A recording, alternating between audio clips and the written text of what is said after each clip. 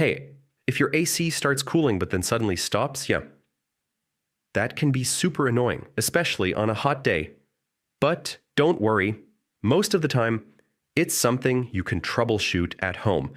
In this guide, I'll show you, step by step, how to fix an AC that cools, then stops. First, make sure your thermostat is set to cool mode and that the temperature is lower than the current room temperature.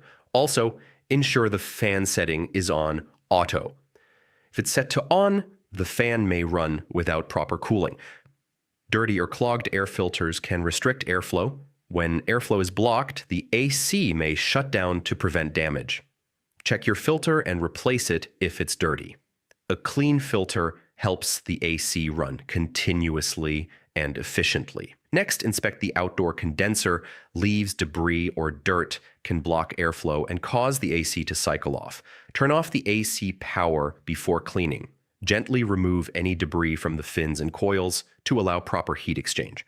Low refrigerant can make the AC run briefly and then stop because the compressor overheats. Refrigerant handling requires certification, so if you suspect a leak or low levels, call a licensed HVAC professional. Sometimes ice builds up on the evaporator coils.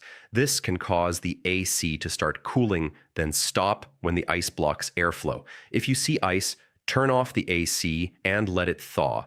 Clean the coils if dusty and make sure the blower fan spins freely. If the AC keeps cycling on and off, it could be a weak capacitor, faulty contactor, or other electrical issue.